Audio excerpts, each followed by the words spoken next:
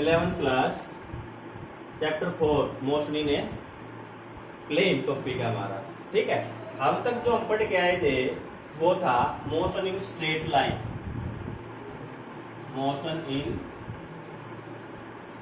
Straight line, इसके अंदर क्या था, कोई भी ऑब्जेक्ट जो मूव कर रही थी वो एक सिंगल एक्सिस के लोग मूव कर रही थी, है ना। वो एक्सिस आपका एक्स एक्सिस भी हो सकता था, वाई एक्सिस भी हो सकता था और जेड एक्सिस भी हो सकता था। फॉर एग्जांपल, कोई object along x axis move कर रही है, इनिशियली पोजीशन पॉइंट ए पे है और after some time it will be reach at point B. उसकी पोजीशन को मैंने बोल दिया x2। अब इसका डिस्टेंस निकालना हो तो मैं क्या करूंगा, x2 माइनस x1। मीन्स इसकी पोजीशन को डिस्क्राइब करने के लिए, बताने के लिए सिर्फ हमें सिंगल वेरिएबल की जरूरत रहेगी, सिंगल वेरिएबल की जरूरत। ठीक है, लेकिन मोशन इन प्लेन के अंदर क्या पढ़ेंगे, इसका एग्जांपल जिस तरह से पढ़ते थे हम कि कोई भी क्रिकेट बॉल है, ग्राउंड में मूव कर रही है ना। फुटबॉल है, फुटबॉल को किक किया, ग्राउंड में मूव कर रही है, तो एक एक्सिस के लोग मूव कर रही है ना। ठीक है, तो क्रिकेट बॉल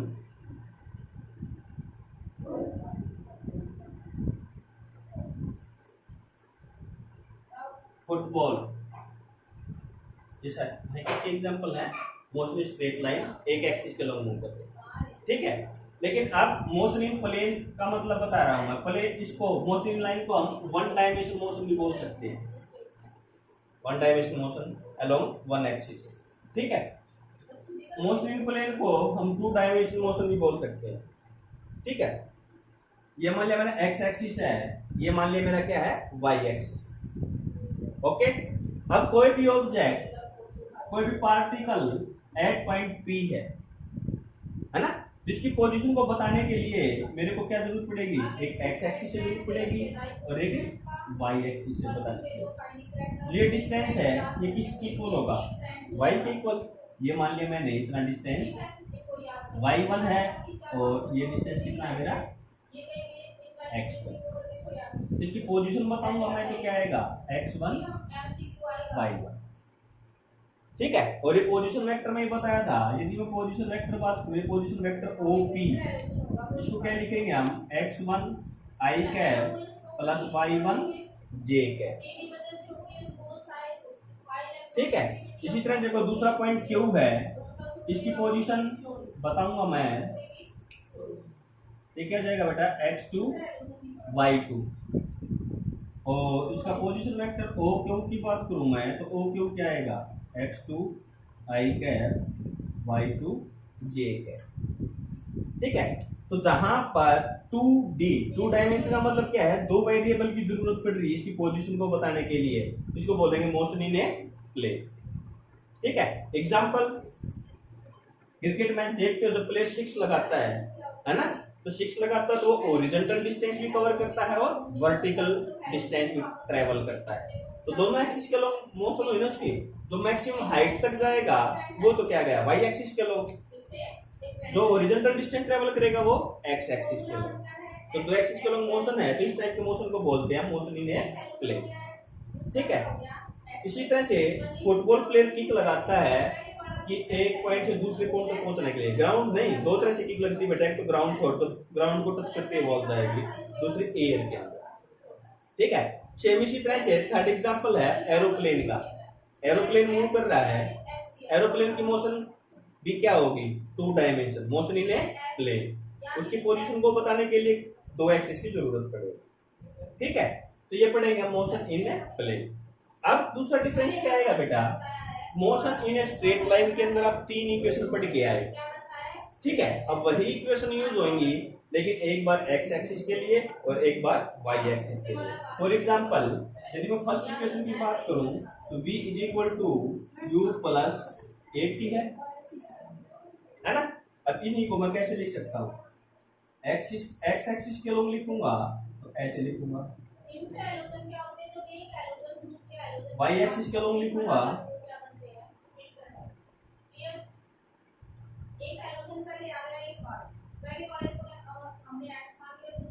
ठीक है। अब ये इक्वेशन मैं अप्लाई कब करूंगा, जब एक्स एक्सिस के लॉन्ग मोशन होगी। इसी इक्वेशन को कब अप्लाई करूंगा, जब वाई एक्सिस के लॉन्ग मोशन। ठीक है ना, हाँ मीनिंग वही है, v final velocity, u initial velocity, a acceleration, x है तो along x axis same as it is. ठीक है, सेकंड इक्वेशन हमारी s is equal to ut plus half 8t square. ठीक है, अब यदि मैं x एक्सिस s क्या था, डिस्टेंस था, यदि डिस्टेंस x एक्सिस के लॉन्ग है इसको क्या लिख देंगे हम, x is equal to uxt plus 1/2 ax t square. ठीक है, अगर y एक्सिस के लॉन्ग है तो y is equal to uyt plus 1/2 ay t square. x distance along x axis, y distance along y axis. Okay, same इसी तरह से यदि थर्ड इक्वेशन है v is equal to u v square is equal to minus square is equal to a, v square minus u square is equal to 2as। अब इसको x axis के long apply करेंगे तो क्या जाएगा बेटा, ये vx square minus ux square is equal to 2ax into x। y axis के लॉन्ग लूंगा तो मैं vy square minus uy square is equal to 2ay into. ठीक है, तो इन तीनों दिक्कत इक्वेशन में किसी कोई प्रॉब्लम है तो मेरे को बता दो, अदरवाइज ये इक्वेशन हम आगे स्टार्ट यूज करेंगे। ठीक है, तो मोशन इन प्लेन का मतलब क्लियर हुआ। अब इनकी इक्वेशन ड्राइव करना सीखेंगे हम, क्या यूज होगा मोशन इन प्लेन के अंदर, जो हमारी मोशन है हॉरिजॉन्टल प्रोजेक्टाइल और वर्टिकल प्रोजेक्टाइल, उसमें इन इक्वेशन का यूज होगा। ठीक है, उससे पहले बेटा दो छोटे छोटे टॉपिक हैं, एक रिलेटिव वेलोसिटी, पहले रिलेटिव वेलोसिटी पढ़ते हैं और फिर दो टॉपिक और जो अक्सर क्वेश्चन पूछे जाते हैं। नेक्स्ट है रिलेटिव वेलोसिटी। ठीक है, ये पहले भी पढ़ा था हमने। रिलेटिव वेलोसिटी का मतलब क्या था, दो वेलोसिटी का आपस में रिलेशन। ठीक है, अब ये मान लो this is object A moving with velocity va, this object B moving with velocity vb। Okay, अब इन दोनों के अंदर रिलेशन देखना है। तो इनके अंदर क्या रिलेशन होगा, तीन रिलेशन बन सकते हैं बेटा। क्या क्या, first va greater than vb, या va is equal to vb, या vb is greater than va। तीन रिलेशन ना। अब इन तीनों रिलेशन को किस तरह से हम रिप्रेजेंट करेंगे, ठीक है, फिर इसका वेक्टर फॉर्म में पढ़ेंगे हम। ये मान लिया फर्स्ट केस कि इनके बीच का डिस्टेंस मान लिया है s। ओके, तो फर्स्ट केस में यदि ऑब्जेक्ट A B को ओवरटेक करती है, हाउ इट पॉसिबल, तो इस केस क्या पड़ेगा, VA greater than VB। Okay, अब जो डिस्टेंस कम होगा ये किस स्पीड से कम होगा। फॉर एग्जांपल ये मान लिया मैंने 40 मीटर पर सेकंड स्पीड है, ये है 30 मीटर पर सेकंड स्पीड है, और इनके बीच का डिस्टेंस है 100 मीटर। यदि मैं एक सेकंड में बात करूं, दोनों ऑब्जेक्ट मूव कर रहे हैं सेम डायरेक्शन में, after 1 second what will be the distance between A and B, 90, क्योंकि बेटा ये 40 गया ये 30 गया, तो इसे 10 मीटर कम किया डिस्टेंस। नेक्स्ट अनदर 1 सेकंड में फिर ये 10 कम करेगा, डिस्टेंस से कम होता जाएगा ना। तो जो डिस्टेंस कम हो रहा है वो इन दोनों के डिफरेंस के अकॉर्डिंग हो रहा है ना। इसको कैसे लिखेंगे हम, इसको पहले तो बेटा इसको पढ़ेंगे क्या, इसको रीड करने का तरीका है relative velocity of A with respect to B, relative velocity of A with respect to B। तो जो विद रिस्पेक्ट टू टर्म आएगी बेटा वो आएगी नेगेटिव, जिसको लिखूंगा मैं VA माइनस VB। ठीक है। अब यदि इस तरह इसको मैं लिखता हूं, क्या पढ़ोगे बेटा इसको, relative velocity of B with respect to A. तो विद रिस्पेक्ट टू जो है मींस लास्ट वाली जो टर्म है उसको क्या लेंगे हम, नेगेटिव, क्या जाएगा वी बी माइनस वी। ये बात समझ में बेटा। अब नेगेटिव करने का क्या तरीका है वो वेक्टर में पढ़ाया था। Let us suppose this is velocity B और आपको करना है माइनस बी। तो आप क्या करो, इसको ऑपोजिट डायरेक्शन, इसकी डायरेक्शन चेंज कर दो 180 डिग्री एंगल से। तो जो ये होगी ये क्या होगी, माइनस बी। क्लियर। अब बेटा ये तो था आपका बेसिक। अब वेक्टर फॉर्म में करते हैं हम, और उस टॉपिक को हम पढ़ेंगे रेन एंड मैन प्रॉब्लम। इस टाइप के न्यूमेरिकल मिलेंगे आपको, रिलेटिव वेलोसिटी का कॉन्सेप्ट है। ठीक है। फॉर एग्जांपल देखो बेटा कि रेन हो रही है, उसके अंदर कोई मैन है, कोई आदमी है, कोई पर्सन है, वो मूव कर रहा है, तो किस डायरेक्शन में वो अपनी अम्ब्रेला को, छतरी को करे कि वो बारिश से बचे। ठीक है। तो जो रेन की वेलोसिटी होगी उसको किस साइड मानेंगे हम, अप टू डाउन। तो बारिश ऊपर से नीचे आती है या कभी नीचे से ऊपर जाती है बारिश। ठीक है। तो ये मान लिया बेटा this is the velocity of rain. Okay. अच्छा ये मान लिया वो आदमी है जो वो कुछ डायरेक्शन में मूव कराओगे, बोलो प्लस एक्स डायरेक्शन में या माइनस एक्स डायरेक्शन में। ये मान लिया this is the velocity of person.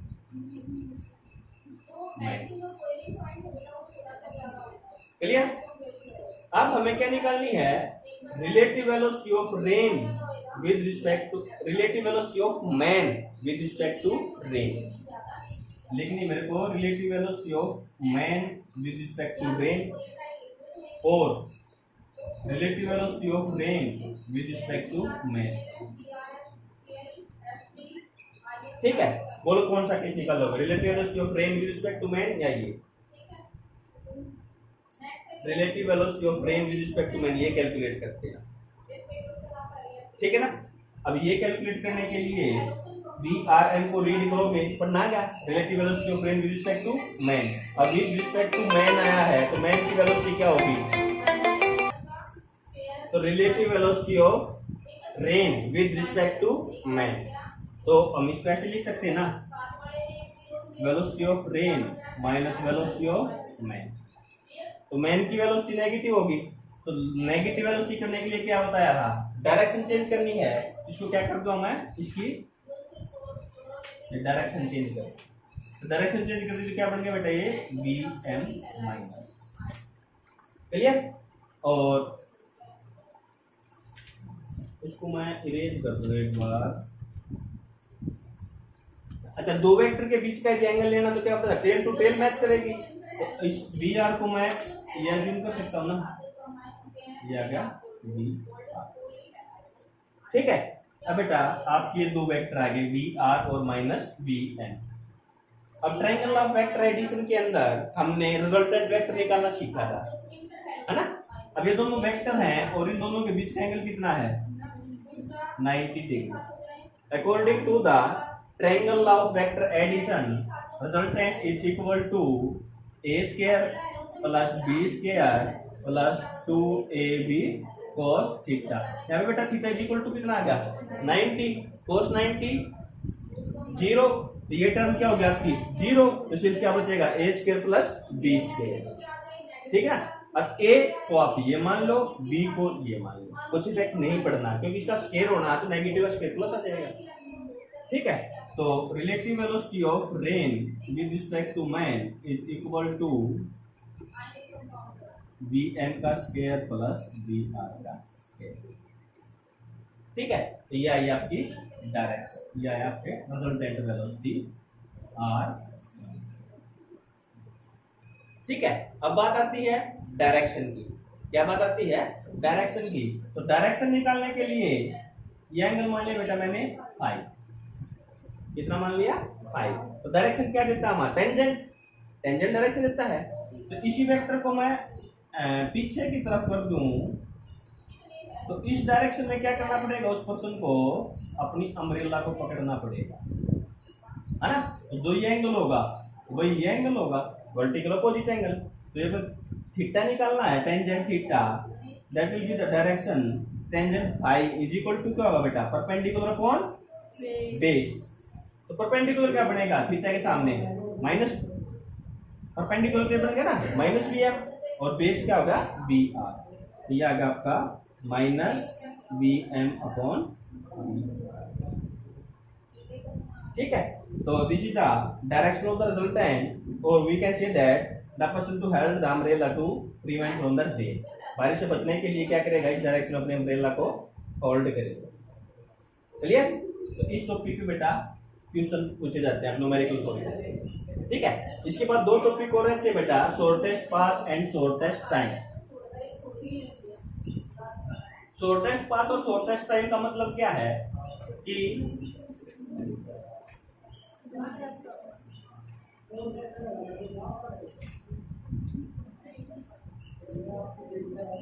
so let us consider this is the river, this is the river and the water is following in this direction, this is the velocity of rain, okay. अब shortest path का मतलब क्या है, आप point A पर खड़े हो और आपको दूसरे किनारे पर पहुंचना है, लेकिन कंडीशन क्या है कि शॉर्टेस्ट पाथ हो। कंडीशन क्या है, शॉर्टेस्ट पाथ हो। तो पहले ये बताओ आप किस डायरेक्शन में मूव करना पसंद करोगे। शॉर्टेस्ट पाथ कब होगा बेटा, जब इसके ऊपर बिल्कुल परपेंडिकुलर डिस्टेंस होगा, इस पॉइंट बी में शॉर्टेस्ट पाथ होगा, and this is the width of the river, this is the width of the river. अब आपको पॉइंट ए से पॉइंट बी तक पहुंचना है, तो किस डायरेक्शन में आप चलना स्टार्ट करोगे। यदि आप सीधा चलोगे बेटा तो जो पानी का फ्लो है वो आपको आगे की तरफ लेके जाएगा, तो आप यहाँ पे जाके पहुंचोगे, तो शॉर्टेस्ट पाथ तो नहीं हुआ ना। तो क्या करोगे, आप इसके अब पीछे की तरफ चलना स्टार्ट करोगे, मीन्स आप इस डायरेक्शन में चलना स्टार्ट करोगे। This is the velocity of boat या मैन। तो जब आप इस डायरेक्शन में चलना स्टार्ट करोगे बेटा एंगल थीटा पे, तो जो पानी का फ्लो है आपको पॉइंट बी की तरफ लेके जाएगा, पॉइंट बी की तरफ लेके जाएगा, और आप पॉइंट बी पे पहुंचोगे तब क्या होगा, शॉर्टेस्ट पाथ होगा। क्लियर। तो this is the velocity of river and this is the velocity of man. Now we have to calculate the velocity A to B, है ना। We can say that relative velocity V। तो कैसे calculate करो बेटा, in triangle ABC, this is a right angle triangle, we will use the Pythagoras theorem। by using the Pythagoras theorem, AC का square is equal to A B का square plus B C का square. Okay, अब value put करो। A C की value क्या है, V M, V M का square is equal to A B की वी का square plus B C V R square. Okay, अब यहां से वी स्क्वायर निकाल लूंगा मैं, तो क्या आ गया, V M square minus V R square, ठीक है। और सिर्फ v की वेलोसिटी निकालोगे, वी एम का square minus V R square, ठीक है। तो शॉर्टेस्ट पाथ के लिए आपको इस वेलोसिटी से मूव करना पड़ेगा, आपकी रिलेटिव वेलोसिटी आएगी। ओके, सेकंड क्या है, टाइम कितना लगेगा, है ना। टाइम का फार्मूला क्या होता है बेटा, डिस्टेंस अपॉन वेलोसिटी। आप जब पॉइंट ए से पॉइंट बी तक पहुंच रहा है तो कितना डिस्टेंस कवर करेगा वो, s, which is the width of the river. जो रिवर की विड्थ है वो जो डिस्टेंस ट्रेवल करेगा, तो डिस्टेंस होगा बेटा आपका s। आपकी रिलेटिव वेलोसिटी क्या आ गई, ये आ गया आपका टाइम।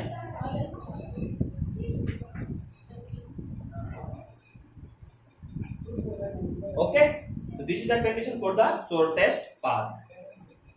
नेक्स्ट है shortest time.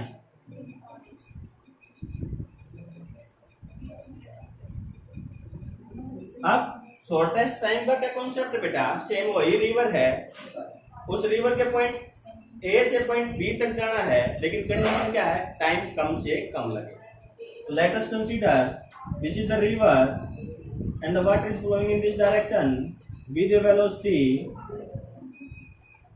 vr and a person is standing at point A. Okay, अब बेटा पॉइंट ए से दूसरे किनारे पर जाने के लिए कम से कम टाइम कैसे लगेगा, कैसे तैरना स्टार्ट करोगे जब? आप क्या करोगे, पानी के बहाव की तरफ चलना स्टार्ट कर दोगे। This is the velocity of the man. Okay, लेकिन क्या पॉइंट बी पे पहुंचोगे? नहीं ना, आप क्या करोगे, कुछ आगे जाके निकलोगे। You will be reach at the point C, क्योंकि पानी का बहाव आपको आगे तरफ लेके जाएगा। और ये मान लिया this is the width of the river and this is the distance, extra distance which will be covered by the person due to the flow of the river. पानी के बहाव के कारण आपने एक्स्ट्रा डिस्टेंस बी से सी तक का travel किया। ओके, अब यहाँ पर रिलेटिव वेलोसिटी निकालोगे तो this is the relative velocity. Okay, same by using the Pythagoras theorem, this v square is equal to vm square plus vr square and v is equal to